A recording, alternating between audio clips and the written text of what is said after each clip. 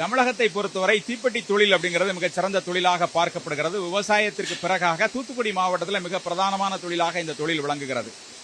தமிழகத்தில் இருக்கக்கூடிய மாவட்டங்களை பொறுத்த வரைக்கும் தூத்துக்குடி, தென்காசி, விருதுநகர், வேலூர், கிருஷ்ணகிரி மாவட்டங்களில் தீப்பெட்டி தொழில் அப்படிங்கிறது மிக முக்கிய தொழிலாக விளங்குகிறது.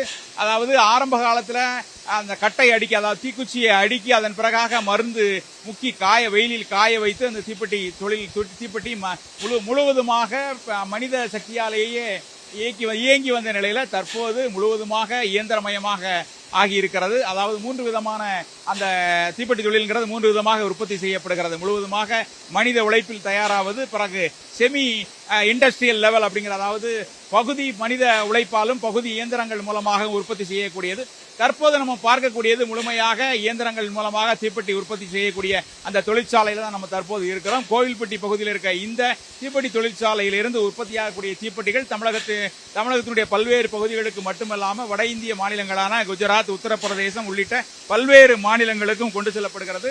தீப்பெட்டி உற்பத்தி செய்யக்கூடிய அந்த தொழிற்சாலையில் நம்ம இருக்கிறோம். அந்த தீக்குச்சிகள் வரக்கூடிய காட்சிகளை நம்ம பார்த்து கொண்டு இருக்கிறோம். தொடர்ந்து இந்த தீப்பெட்டி தொழில் அப்படிங்கிறது அவங்க பல்வேறு நலிவுகளை சந்தித்து வருகிறார்கள். தீப்பெட்டி தொழிலுக்கு தேவையான அந்த மர குச்சிகள் அப்படிங்கிறது கேரள மாநிலத்திலிருந்து கொண்டு வரப்படுகிறது. தீப்பெட்டி அட்டைகள் அதற்கான அவை குஜராத் உள்ளிட்ட மாநிலங்களிலிருந்து கொண்டு வரப்படுகிறது. தமிழகத்தின் ஒரு சில மாவட்டங்களில் மட்டும்தான் அந்த தீப்பெட்டி அட்டைகள் தயாரிக்கக்கூடிய தொழிற்சாலைகள் இருக்கிறது. அரசின் சார்பில் தீப்பெட்டி அட்டை ஒரு தொழிற்சாலை வேலூர் பகுதியில் இருப்பதாக அறியப்படுகிறது. இந்த நிலையில பல்வேறு மாநிலங்களிலிருந்து கொண்டு வரப்படக்கூடிய அந்த மூலப்பொருட்கள் கோவில்பட்டி, விருதுநகர் உள்ளிட்ட தென்காசி உள்ளிட்ட மாவட்டங்களுக்கு கொண்டு வரப்பட்டு இந்த தீப்பெட்டி தொழிற்சாலை மூலமாக தீப்பெட்டி உற்பத்தி அப்படிங்கிறது செய்யப்படுகிறது.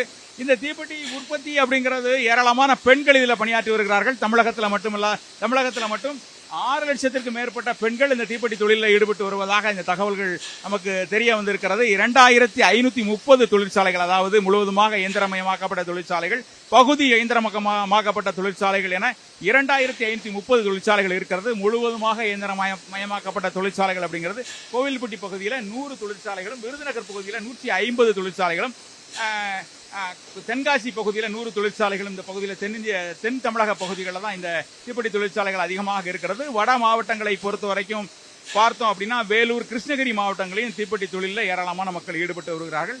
இங்கே உற்பத்தி ஆகக்கூடிய இந்த தீப்பெட்டி பெரும்பாலும் வட இந்திய மாநிலங்களுக்கு எடுத்து செல்லப்படுகிறது. அதோடு மட்டுமல்லாமல் வெளிநாடுகளுக்கும் ஏற்றுமதி செய்யப்படுகிறது. வெளிநாடுகளுக்கு ஏற்றுமதி செய்வதற்காக அரசு சார்பில் 11% ஊக்கத்தொகை அவர்களுக்கு வழங்கப்பட்டு வந்தது. அந்த ஊக்கத்தொகை 8% குறைக்கப்பட்டு தற்போது படிப்படியாக குறைக்கப்பட்டு 1.5% மட்டுமே ஊக்கத்தொகை வழங்கப்படுகிறது. விலை உயர்வு ஒரு பக்கம் இருக்க, மற்றொரு புறம் அவர்கள் மூலப்பொருட்களுடைய விலை உயர்வு ஒரு பக்கம் இருக்க, தீப்பெட்டி அவர்களுடைய உற்பத்தி மற்றும் உற்பத்தி விலை உயர்ந்து அவர்கள் விற்பனை விலைங்கிறது அதே நிலையில இருக்கக்கூடிய நிலை தான் காணப்படுகிறது. இந்த சூழல்ல அவர்களுக்கு கிடைக்கக்கூடிய சொற்ப லாபத்திற்காக இந்த பணியை அவர்கள் தொடர்ந்து செய்து வரக்கூடிய நிலை தான் காணப்படுகிறது. பக்கத்து தேசமான பாகிஸ்தான்ல 25% வரைக்கும் அவர்கள் அங்கே இருக்கக்கூடிய இந்த தீப்பெட்டி செய்யக்கூடிய தொழில் முனைவோருக்கு அந்த ஊக்கத்தொகை வழங்கப்படுகிறது. இந்தியாவை பொறுத்தவரை 1.5% மட்டுமே அவர்களுக்கு ஊக்கத்தொகை வழங்கப்படக்கூடியதன் காரணமாக அவர்களுடைய விலை, அந்த உற்பத்தி விலைங்கிறது அதிகமாகவும் விற்பனை விலைங்கிறது மிக குறைவாகவும் காணப்படுகிறது. 600 தீப்பெட்டிகளை கொண்ட அந்த தீப்பெட்டி பண்டல் அப்படிங்கிறது 320 முதல் 340 ரூபாய்க்கு மட்டுமே அவர்கள் விற்பனை செய்யக்கூடிய நிலையில அந்த தீப்பெட்டிங்கிறது ₹1, அதாவது 600 ரூபாய்க்கு விற்பனையாகக்கூடிய அந்த நிலை தற்போது மார்க்கெட்ல இருக்கிறது. இந்த நிலையில பார்த்தோம் அப்படின்னா ஏராளமான பெண்கள் பணியாற்றக்கூடிய காட்சிகளை தான் நீங்க பார்த்து கொண்டு இருக்கிறீங்க. பெண்கள் முழுமையாக பெண்களுக்கு தான் அந்த வேலை வாய்ப்பு அதிகமாக இந்த தொழிலை பொறுத்த வரைக்கும் இருக்கிறது. இந்த தீப்பெட்டி அட்டைகள் மூலமாக தீப்பெட்டி பண்டல் தயாராகக்கூடிய காட்சிகளை, தீப்பெட்டிகள் முழுமையாக குச்சிகள் நிரப்பப்பட்டு பண்டல் தயாராகக்கூடிய அந்த செக்ஷனில் நம்ம இருக்கிறோம். அந்த காட்சிகளை பார்த்து கொண்டு இருக்கிறோம். இந்த தீப்பெட்டி தொழிலை பொறுத்த வரைக்கும் பார்த்தோம்னா முழுவதுமாக பெண்கள் அதை நம்பியே இருக்கக்கூடிய நிலையில அவர்களுக்கு தேவையான ஊதியங்கள் இதில் கிடைக்கிறது. ஆனால் அந்த தீப்பெட்டி தொழில் முனைவோருக்கு தேவையான முழுமையாக அந்த அரசினுடைய வசதிகள் செய்து கிடைக்கவில்லை அப்படிங்கிற குற்றச்சாட்டு தொடர்ந்து எழுப்பப்பட்டு வருகிறது. 7 ஆண்டுகளுக்கு முன்பு வரை இந்த தொழில்ங்கிறது சிறுதொழில் அந்த பட்டியலில் இருந்து தற்போது முழுமையாக இயந்திர தொழில் அப்படிங்கிற பட்டியலுக்கு மாற்றப்பட்டிருக்கிறது. இதன் காரணமாகவும் அவர்கள் பல்வேறு நலிவுகளை சந்திக்கக்கூடிய நிலையில இந்த தற்போது தீப்பெட்டி தொழில் முனைவோர் நம்மோடு இருக்கிறாங்க. அவர்கள்ட்ட கேட்போம் அவர்கள் என்னென்ன பிரச்சனைகளை சந்திக்கிறார்கள், இதன் காரணமாக அவர்களுக்கு ஏற்படக்கூடிய இழப்புகள் எவ்வாறு இருக்கிறது என்பது குறித்து கேட்போம். தீப்பெட்டி தொழிலை பொறுத்த வரைக்கும் என்னென்ன தீப்பெட்டி தொழிற்சாலைகள் இங்கே எந்த அளவுக்கு இருக்கிறது, மக்கள் எவ்வளவு பேர் பணியாற்றுவாங்கன்னு நினைக்கிறீங்க? இந்த தொழிலை பொறுத்தவரை நீங்க எதிர்கொள்ளக்கூடிய சவால்கள் அப்படிங்கிறது எந்த அளவில் இருக்கு? அதாவது தமிழகத்தினுடைய தென் மாவட்டங்களான தூத்துக்குடி, தென்காசி, விருதுநகர் மாவட்டங்கள் மற்றும் வேலூர் மாவட்டம் குடியாத்தம், தருமபுரி மாவட்டம் காவிரிப்பட்டினம் போன்ற பகுதிகளில் சுமார் 2500க்கும் மேற்பட்ட சிறிய பெரிய தொழிற்சாலைகளை பணியாற்றுவதன் காரணமாக சுமார் 4 லட்சம் தொழிலாளர் குடும்பங்கள், அதுவும் 90% பெண்களுக்கு வேலைவாய்ப்பு தருகின்ற இந்த தீப்பெட்டி தொழிலின் மூலமாக பயன்பெற்று வருகின்ற நிலையில் சமீப காலமாக இந்த தீப்பெட்டி தொழிலுக்கு பல்வேறு நெருக்கடியான சூழல் ஏற்பட்டிருக்கிறது.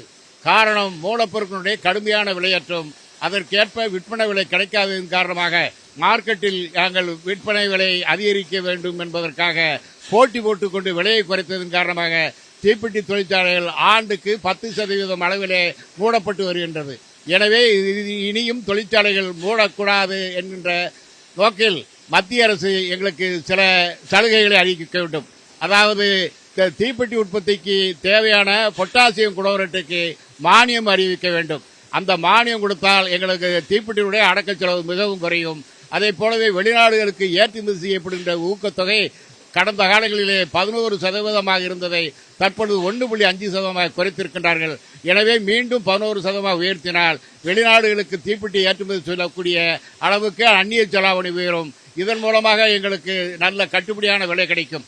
அதே போலவே கண்டெய்னர் தூத்துக்குடி துறைமுகம் மற்றும் சென்னை துறைமுக வாயிலாக அனுப்பப்படுகின்ற அந்த கண்டெய்னர் வாடகை அதிகம், அதுவும் கிடைக்கப்பெறாத காரணத்தால் தீப்பெட்டி ஆங்காங்கே அங்கு உள்ள குடோன்களில் இருப்பு வைக்கப்பட்டு எங்களுக்கு ஒரு பாதுகாப்பற்ற சூழ்நிலை உள்ளது. எனவே அதையும் தடுத்து நிறுத்த வேண்டும். மேலும் கடந்த 2-3 ஆண்டுகளாக சீன லைட்டர் அதிகமாக இந்தியா பூராவும் ரூபாய் 10 ரூபாய்க்கும் 12 ரூபாய்க்கும் சாதாரண கடைகளிலே விற்கப்பட்டு வந்த நிலையை மாற்ற வேண்டும்.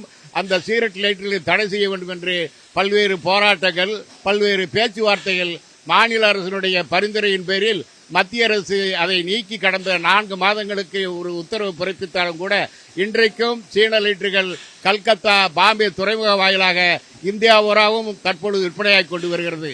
காரணம், ஒரு சிகரெட் லைட்டர் விற்பனை என்பது 20 தீப்பெட்டி விற்பனையை பாதிக்கிறது. 20 தீப்பெட்டி விற்றால் 20 ரூபாய் கிடைக்கும். மேலும் 4 லட்சம் தொழிலாளர்களுடைய வாழ்வாதாரம் கிடைக்கும். ஆனால் சில கார்ப்பரேட் கம்பெனிகளுடைய வசதிக்காக அந்த சீன லைட்டர்கள் தடையை மீறி இந்தியாபுரம் வருகிறது. எனவே தடையை மீறி வருகின்ற அந்த சீன லைட்டர்களை இந்தியாபுரம் விற்பனை செய்வதற்கு தடை விதிக்க வேண்டும்.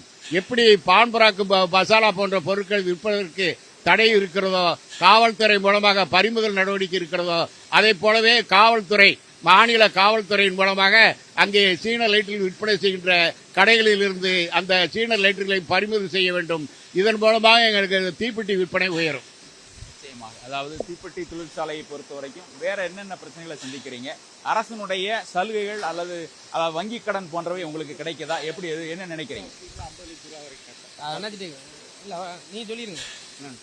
மேலும் தற்பொழுது 5 லட்சம் ரூபாய் முத்ரா ஸ்கீம் என்பதை 10 லட்சமாக ரூபாய் அந்த கொலட்ரல் செக்யூரிட்டி இல்லாமல் வங்கி மூலமாக பெறப்பட்டு வருகின்ற கடனை இப்பொழுது நாங்கள் 50 லட்சம் ரூபாய் உயர்த்த வேண்டும் என்று கேட்கிறோம்.